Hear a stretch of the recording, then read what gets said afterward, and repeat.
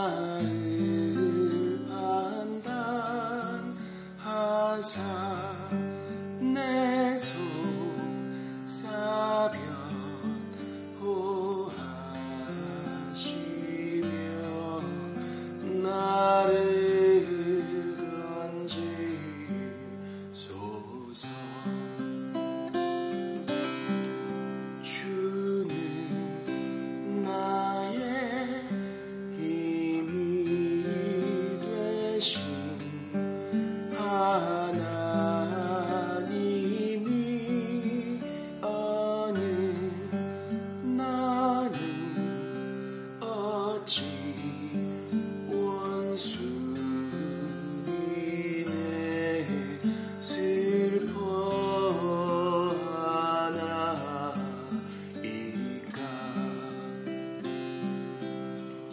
주의 빛과 그 진리로 나를 인도하사 주의 성산 그 장막에 이르게 하소서. 이제 내가 하나님의 그 단에 나아가 큰 기쁨에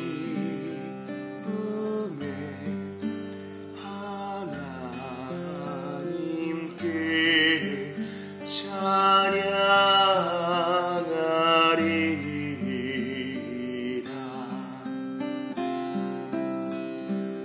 내 영혼아 어찌하여 낭만하여 하며 어찌하여 내 속에서 불안해하는가.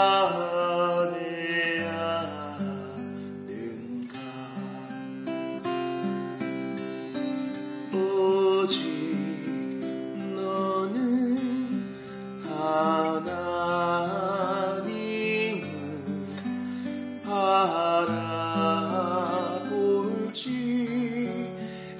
바라볼지어다. 내 얼굴을 도우시는 주를 찬송하라.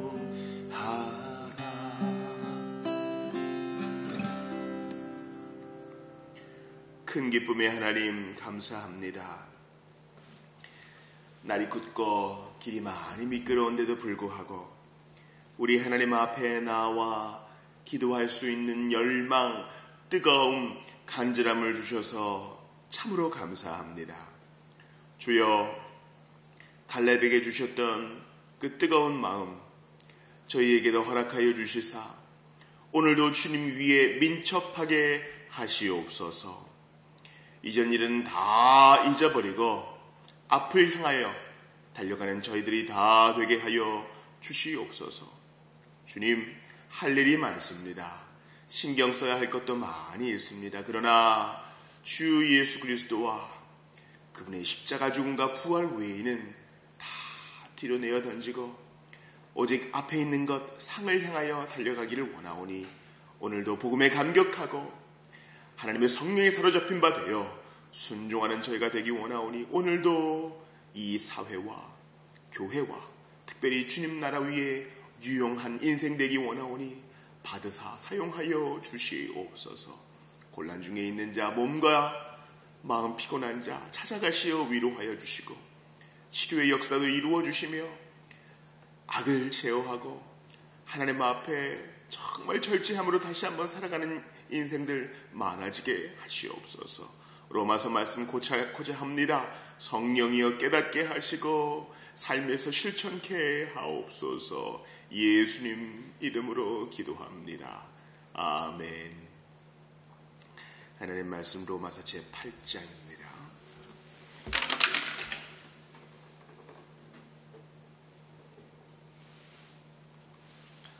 로마서 제8장 9절부터 11절까지 말씀을 보겠습니다. 로마서 8장 9절부터 11절입니다. 만일 너희 속에 하나님의 영이 거하시면 너희가 육신에 있지 아니하고 영에 있나니 누구든지 그리스도의 영이 없으면 그리스도의 사람이 아니라 또 그리스도께서 너희 안에 계시면 몸은 죄로 말미암아 죽은 것이나 영은 의로 말미암아 살아있는 것이니라. 예수를 죽은 자 가운데서 살리신 이의 영이 너희 안에 거하시면 그리스도 예수를 죽은 자 가운데서 살리신 이가 너희 안에 거하시는 그의 영으로 말미암아 너희 죽을 몸도 살리시리라. 아멘. 우리는 지난 금요일에 로마서 8장 5절부터 8절까지 말씀을 보았습니다. 중요한 키워드가 뭐였습니까? 생각. 그리스도인은 행동이 완벽하게 바뀐 사람이 아닙니다. 우리는 그렇게 순진하지 않아요. 예수를 믿었어요.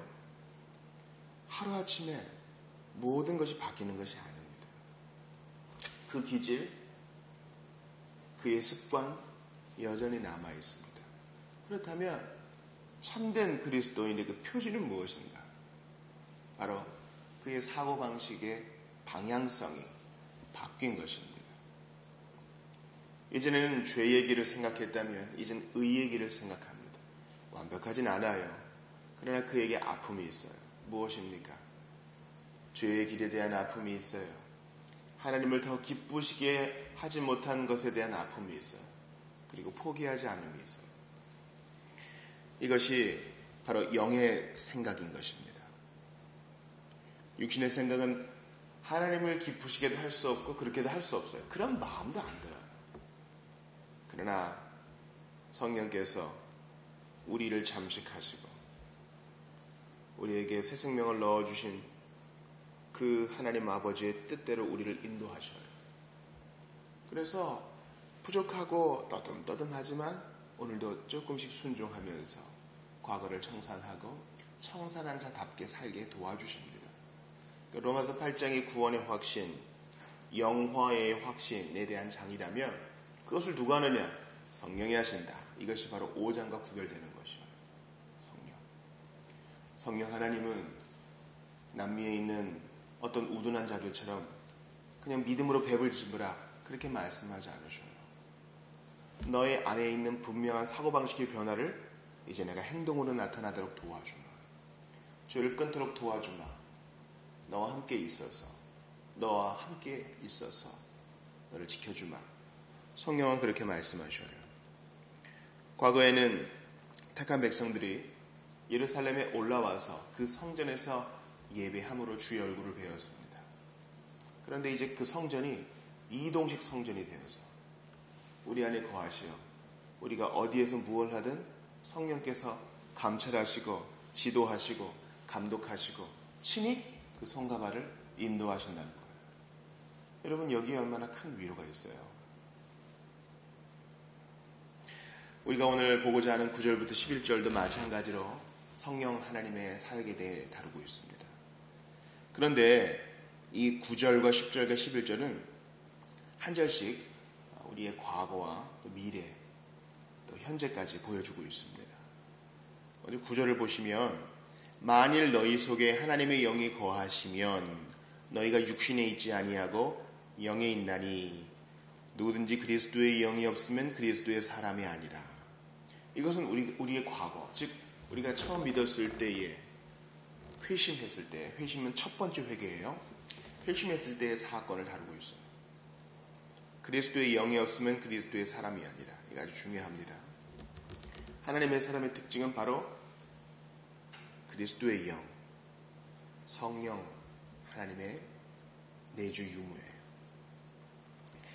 구절은 참 깊은 의미를 담고 있습니다. 성령 하나님을 하나님의 영이라고도 표현하고 그리스도의 영이라고도 표현합니다. 이 구절 안에 삼위일체가 다 개입하고 계시죠. 가슴이 벅차요. 내가 뭔데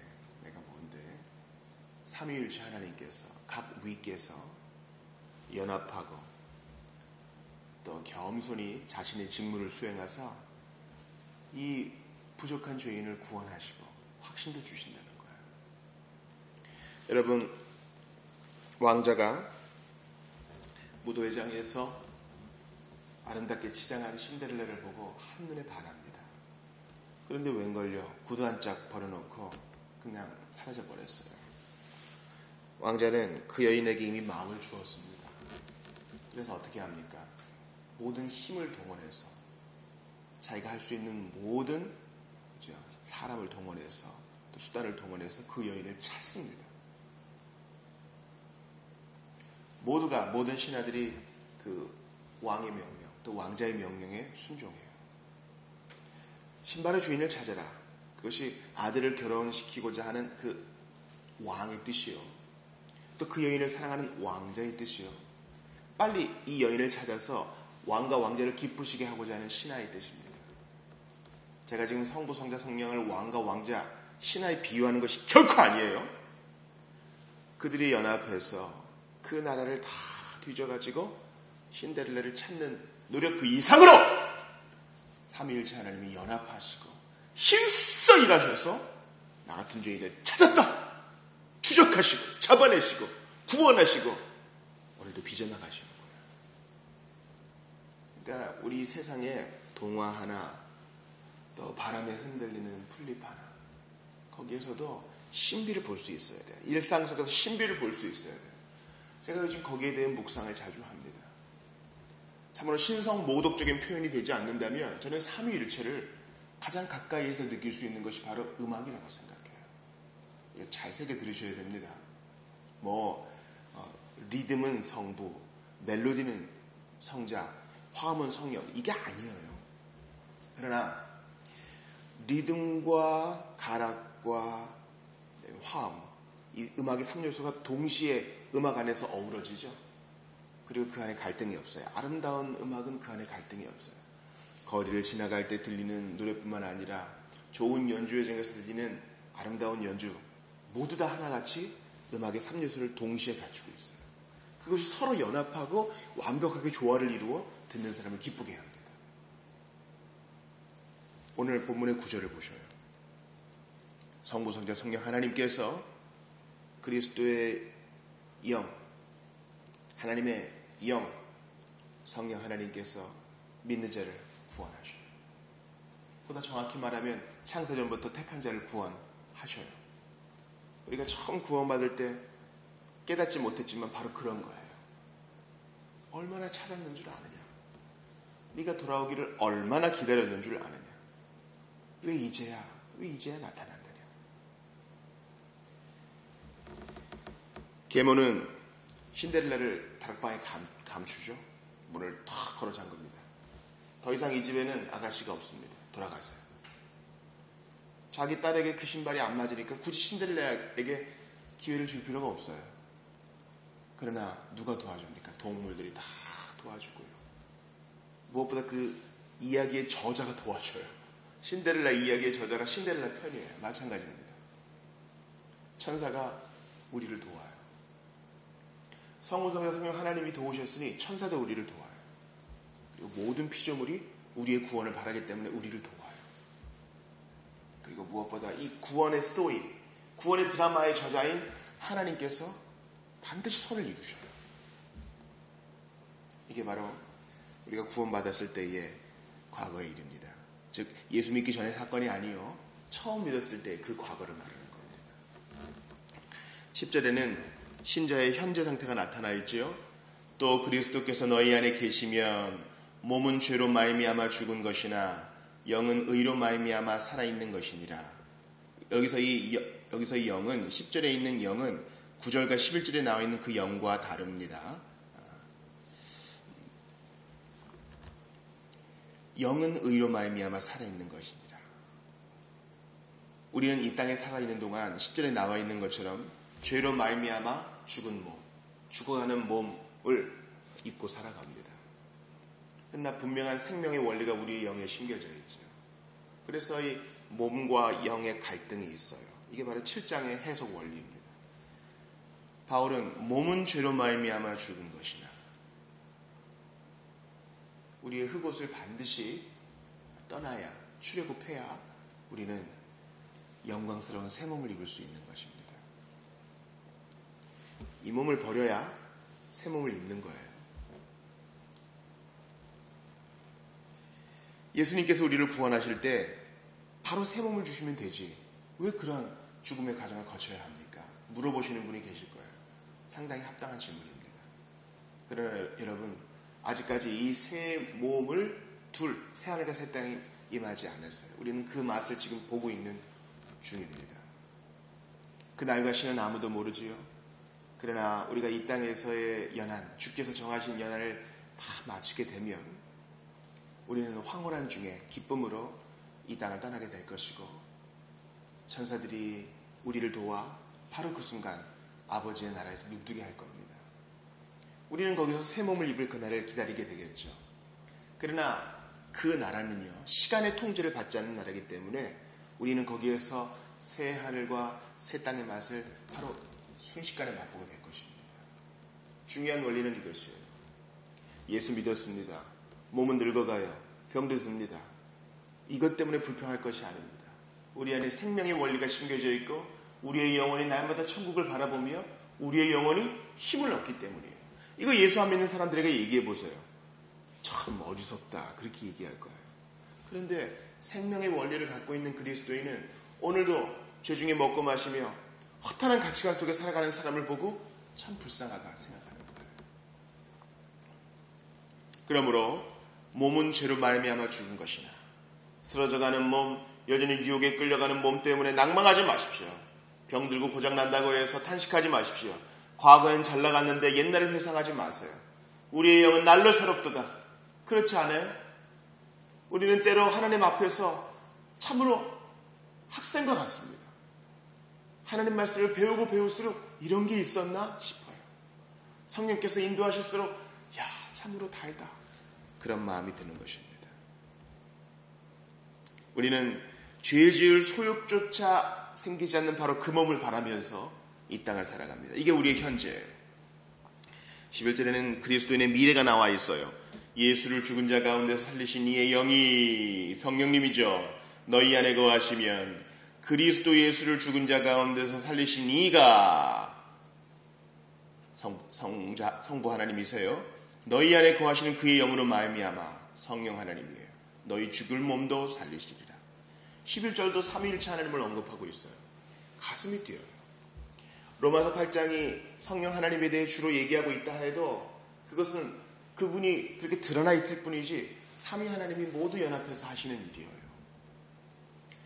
창조하시는 분을 보통 성부 하나님 이렇게 두지만 창조하실 때도 성자와 성령이 함께 하셨습니다. 구속의 일을 수행하시는 일 성자 하나님이 하시지만 성부의 계획과 성령 하나님의 적용이 있었습니다. 객관적인 구원의 사역을 주관적으로 적용케 하시는 성령 하나님, 주로 그분이 하는 것처럼 드러나 있지만 이 모든 것은 아버지가 보내시고 아들이 보내셨기 때문에 가능한 것입니다. 11절도 보세요. 앞으로의 일이에요. 너희 죽을 몸도 살리시리라. 새 몸을 입히시리라. 누가? 삼위 하나님께서. 예수를 죽은 자 가운데 살리신 이의 영이 너희 안에 거하시면, 거하신다. 텐트를 탁 치고 나 여기 살 거야. 이게 중요해요. 우리의 과거와 현재와 미래가 이렇게 영광스러움에 쌓여 있습니다. 조건이 있어요. 성령이 임하셔야 돼요. 성령이 거하셔야 돼요. 성령 하나님은 회개와 믿음으로 소재된 마음의 집에 거하십니다. 그러므로 아직까지 그리스도를 믿지 못하는 친구들이요, 예수를 믿으십시오.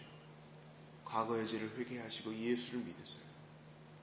우리 형제 자매들이요, 오늘도 회개하셔야 합니다.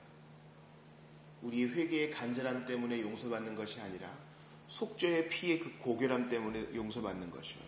수많은 자범죄를 회개합시다.